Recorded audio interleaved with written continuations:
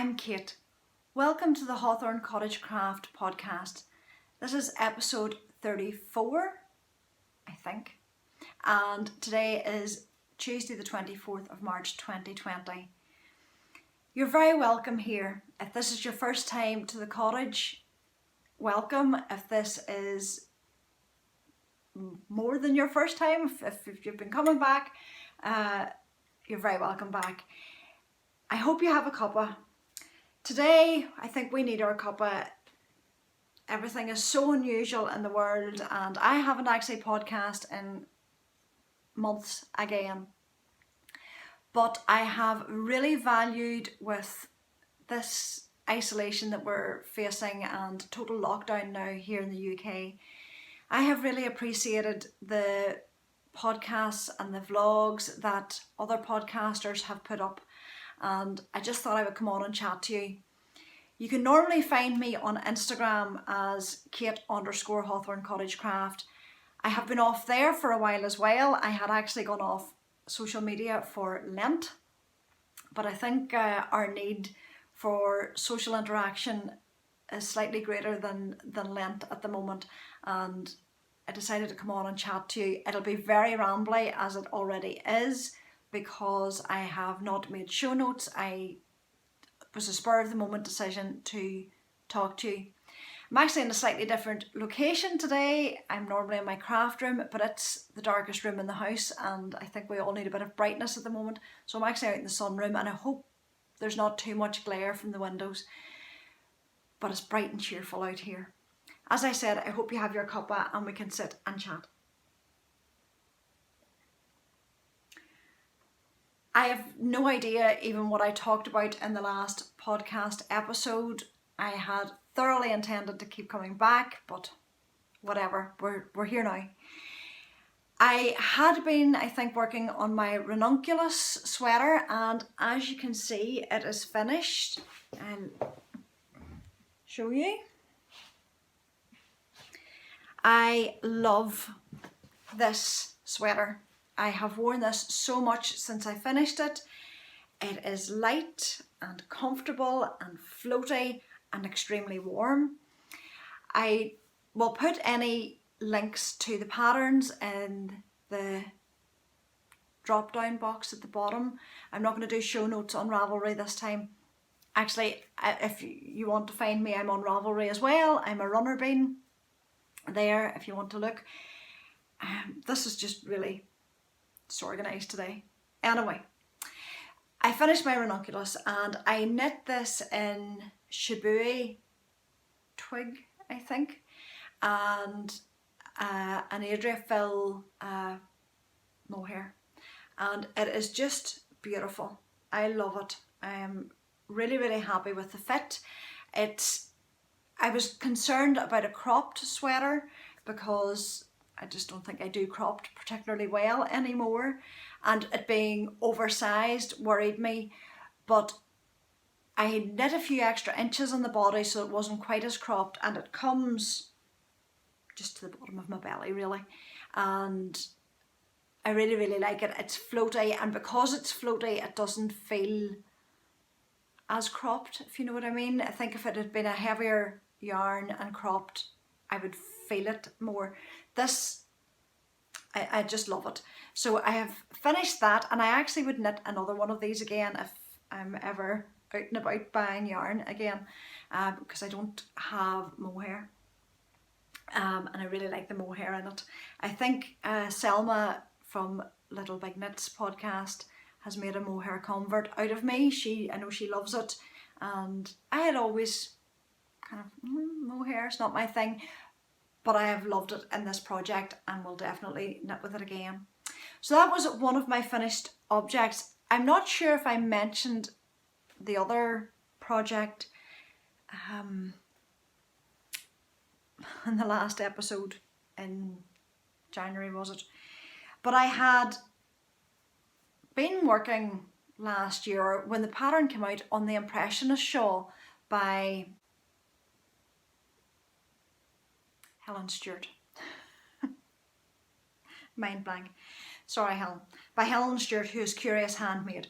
I had been working in it, as I say, when it came out, and had put it away. I was in the very long rows and I'd put it away, and I'd worked on it occasionally, and I'd taken the notion that I would finish it. And I was trying within the first 3 months of this year to clear up a lot of projects that were on the needles. Didn't necessarily work, but I had one of the things to finish was the Impressionist shawl. And I actually, when I opened the bag, realised that I was almost, if not finished. The only thing I had to finish off was the picot bind off. I had made it slightly smaller than the pattern. I think I'd left off maybe the last 10 rows just because it was time to finish it, and I didn't want it too deep anyway. But I realised I was actually at the end and was delighted with that. So I got it all finished and I got it all blocked, and this is my, get the right way around, Impressionist shawl. I love it. It's really, really, really wide.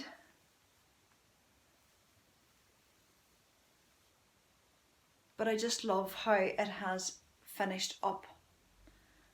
I think maybe this is the right side. I don't think it really matters because a lot of it's garter. So the yarns that I used in this were, this one was Deep Deep Stash, and it was Fine Fish yarns. It was the first colourway I ever bought of indie dyed yarn. I can't say it's the first skein of it I bought, because I bought it and gifted it to someone and kind of regretted having gifted it, so I bought it again, did the same thing again, and I think this is actually the third skein of it that I bought, and I went, I'm not giving this away. So this was Fine Fish yarns, and the colourway was Queen Maeve, and I don't think she does that anymore. But I love the little pops of pink. And I faded it, because this is a fade, even though it's not technically meant to be, into this one that has deeper hues, kind of a beige through it too. And this is a Life in the Long Grass colourway. Can't remember the name. If I remember, I'll put it down below. And then the deeper purple, which you can see better at the bottom, is a Ginger Twist Studio yarn, a hand dyed of hers, and it's Lallybrook, which is from Outlander, and I got it before Outlander became popular on the TV, because I read the books when they came out and loved the books. Don't like the TV series, love the books. So those were my colours, and I love it, and it's just a really drapey shawl. And perfect, it's actually perfect out here, because although this is the sunroom, our back of our house faces north, so at this time of the year it's not particularly warm. So that's perfect. And I love it. So I'm really, really pleased with how that turned out, and I'm really glad to get it off the needles, because the really long rows at the end and then the long picot bind off, they're beautiful and it looks beautiful, but it I find it quite tedious. Helen Stewart's patterns though are so well written, and I've said that before, and I love her system of you can tick off each row and you know where you're at in the pattern. So that's the Impressionist shawl if you're looking for it. It's Curious Handmade Designs, and it's Helen Stewart, now that I've finally remembered. So those were the kind of, I think those were the two finished objects. There may have been socks, I can't actually remember, but I had cast on another pair of socks, and I have a half finished object. I finished the first sock and I have the second sock on the needles, and I've the cuff done. But this sock is the heel toe do-si-do pattern, and isn't it beautiful? And that is by Kay.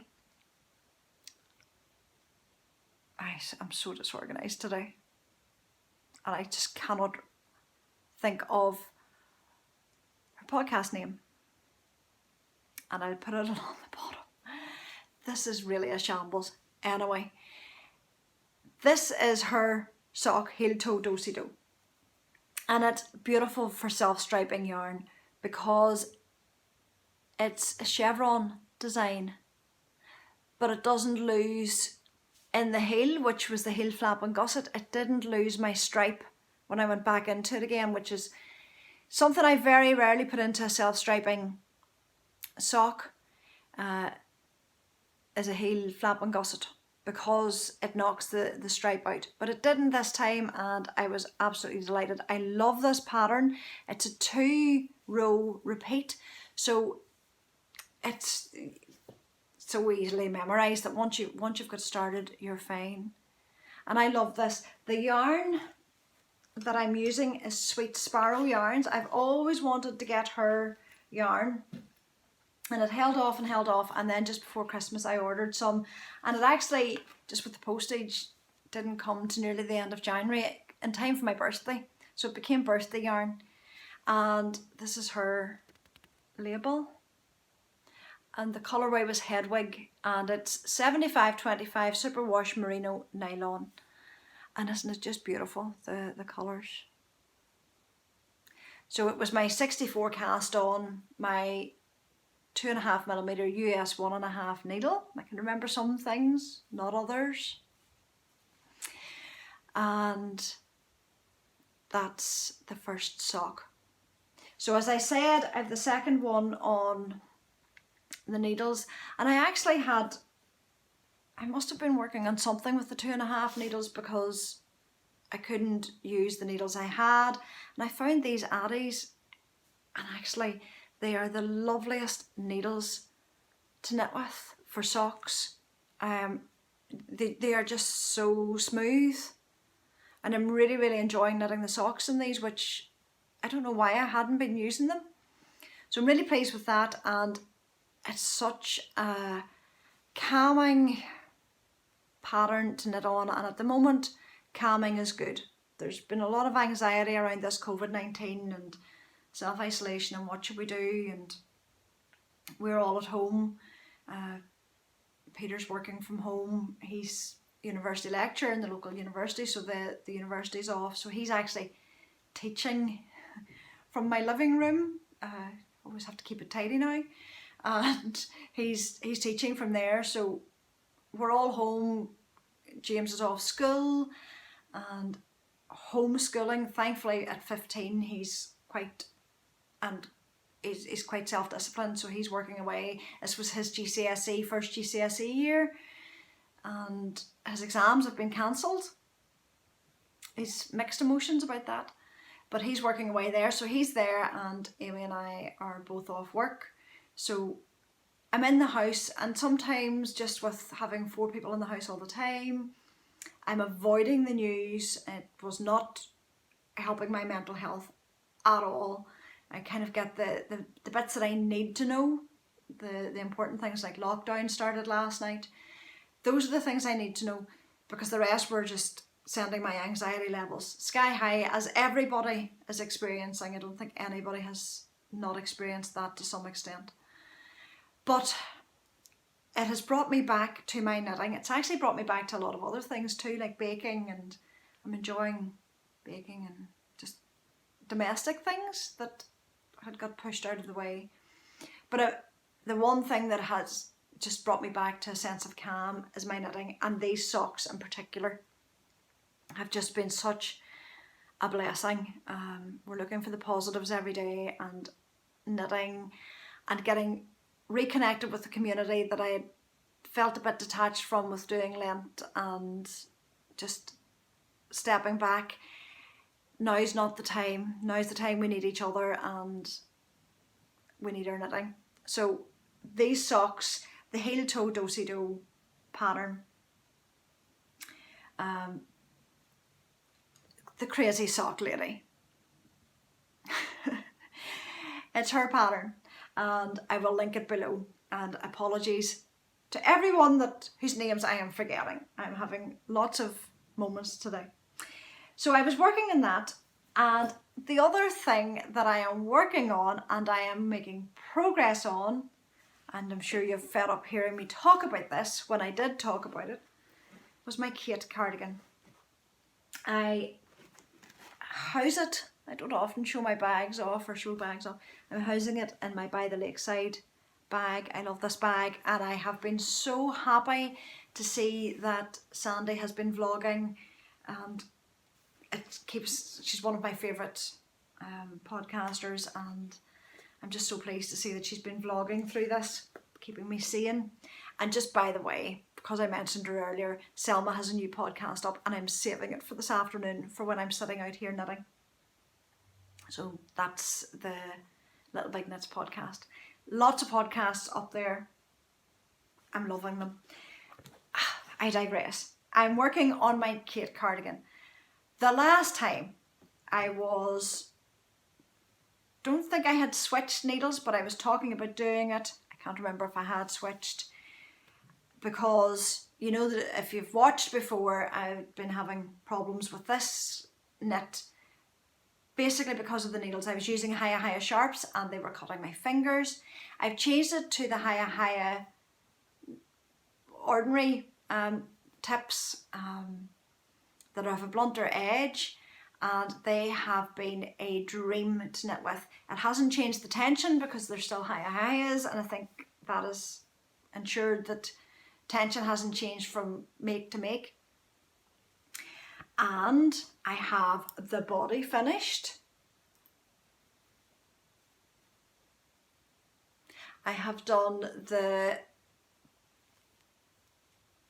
bind off on the neck. There's a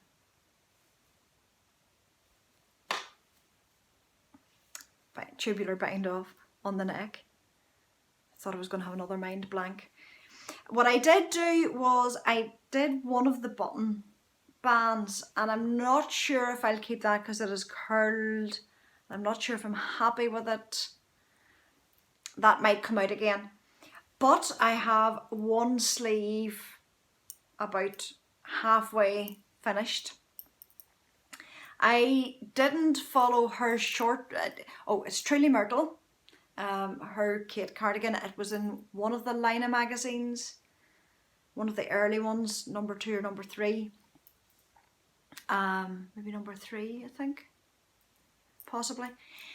So that's where the pattern was from. It might be available on Ravelry now, I'm not sure. But I didn't follow the pattern for the short row shaping when I was picking up for the sleeve. I find that when I do most short row shapings, I have a nice neat edge on one side and then I have a holy side on the other, and I don't like that. So a few years ago, Hannah from Hannah Rose Yarns had recommended to me using the Japanese short row, and that's what I use. You can Google that. That's how I found it when she told me about it, and it leaves a much neater edge for me without the little gaps when I'm picking up the stitches on one side. And what I was finding was that when I did the normal short row, it would be on the front, the front of one side would be nice and neat and the back would have the holes, and then it was the opposite on the other, and I just didn't like it. So the Japanese short row works really well for me. So I'm well down this first sleeve. This yarn is Blacker Yarns. It is a worsted spun Jacob 4-ply, and it's pale green marlstone is the colourway. And I was so reluctant to rip this out even when it wasn't getting worked on, because I know it's going to be a beautiful cardigan when it's finished and I'll get a lot of use out of it. I love the colour. I love this stitch pattern up the front. And I'm just plodding away at it. I'm not necessarily sitting down for big long sessions at it, but I am working consistently at that now, and I'm really enjoying being back at it. The other project that was on the needles but I hasn't seen any love was it's a Sari Nordlund pattern, and again I've forgotten the name of it too. I'll put the name along the bottom. I didn't print the name, and I had the back of it finished. It's on hold, so the back's done. This yarn is Woolly Mammoth Fibres, and it's Emma's limited edition peony colourway. It's 75% Teeswater and 25% Oxford down, and it's just beautiful.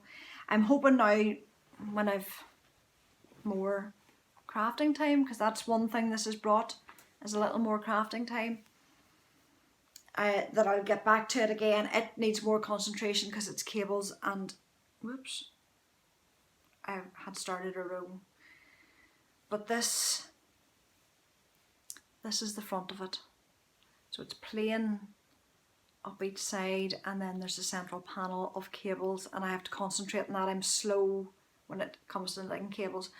So I'll pick that one up again and work on it. I have to say I'm itching to cast something on in a heavier weight yarn, just so that I can get something done quite quickly. I think just alluded to it the last time. I'm not sure if I had definitely said I was going, but I'm actually booked to go in October to Canada to stay with Selma again for 10 days and then to go to Rhinebeck. Who knows what is going to happen in that respect, whether that will still go ahead or will happen. This is just so uncertain. But I had thought before all this started that I would need some Rhinebeck sweaters. I have plenty of stash to shop from. At the moment, I'm not yarn buying. I was trying not to anyway. I would love to be supporting the local dyers at the moment and the small businesses. I'm having to be careful at the minute because I've come out of work unpaid and I just have to be careful. But I have plenty of stash to shop from. So that is what I'm going to be doing. I will pick a sweater that I'm hoping to knit for Rhinebeck in October, and if I get to wear it to Rhinebeck, bonus. Otherwise, I'm going to have a nice sweater and I'm going to enjoy knitting it. So that's my plan. I do hope to cast on and get maybe a worsted weight sweater or a double knit sweater, just something slightly heavier that I can work on a little quicker.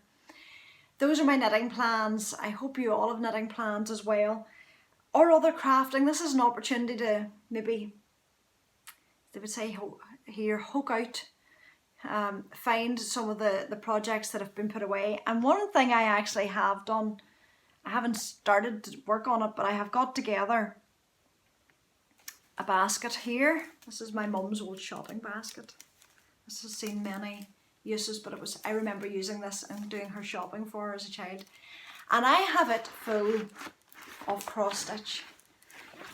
Cross stitch was one of the first crafts I ever did. I was always a sewer of some description, but cross stitch would have been the first real fad that I got into, or real addiction that I got into with craft. And I have enough cross stitch kits and patterns and stuff in the house to last me a lifetime. But I just went round the areas of the house that had them handy, because there are kits in the roof space, and found things that I had started. I have a kit that I had started for Peter many moons ago. He has always been a Wallace and Gromit fan, and I found a kit that I was actually quite well on with. So I'd like to finish that as a gift for him. I dread to think when I got that and when I started it for him. I have an Amish barn to finish. There's meant to be 4 in the series and I had only started the first one. I am fascinated and love all things Amish. I read a lot of fiction based around the Amish. I've read a lot of books about the Amish. I love the architecture, and I have this, and it was almost finished and had been set down. So I'm going to work on that. All these great plans, will any of them come to fruition? I wonder. And I had a sampler that I found again. I had this done. So maybe I'll work on that. And then I have a few that bring great embarrassment and shame. I will show you them though.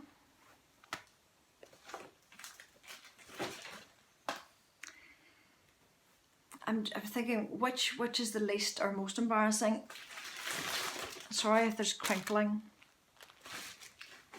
and bending down. This is a pattern I bought. It would have been 2002, possibly, or just before 2002. It would have been 2000, 2001 I bought this pattern. And the story behind this pattern is that the 3 little girls reminded me of myself and the 2 girls I shared a house with when I was a student. We had a poster on the wall at the time of 3 little girls dressed up in their mummy's clothes sitting at a bistro cafe having coffee. And we always said the 3 girls were like us. And I saw this and thought the 3 girls were like us. And I bought this pattern with the intent of making it for one of my friends. I'm not actually even sure I've got the thing now. I think it's a piece of scrap fabric. And I started this for my friend's 30th birthday. I thought it would be beautiful to do for her 30th birthday. In less than 2 years, we will be hitting 50, not 30. In less than 2 years, we'll be 50. And I think I have 1 inch square of this done. I would say I have a little bit in here done. And that's it. So my intent now is to get that out and to work on it for her 50th birthday. Will I get it done? Time will tell. So that was another one I found. I also found this little napkin. So it's a Christmas napkin. And that's another one of them that I had started. And here's the rest of the pack. There's a gingerbread, holiday runner and napkins. So there's a table runner in here and there's another 2 napkins. I bought this, it may have been Walmart. It wouldn't have been a craft shop because I wouldn't have been in those with Peter. So I think this was Walmart. And I bought this in 1997 on our honeymoon. And that's as far as I've got, which is quite shameful. Now I have done cross stitch in between that, but that's quite shameful. So I found that, and I think I will try and work on those, and maybe we'll have those for Christmas. Who knows? Lots of crafting ideas just to fill some of the time. Leaving a comment below what you're doing to pass the time to make this journey easier.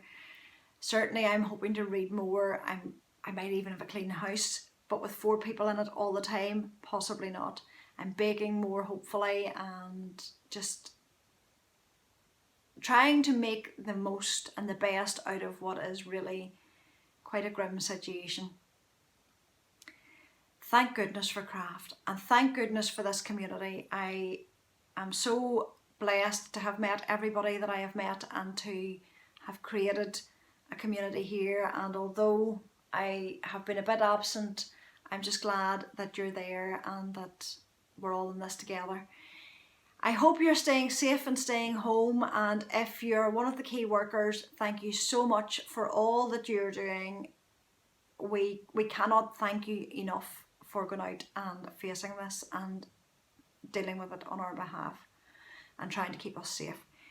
If you're at home, as I said, stay safe and enjoy your crafting.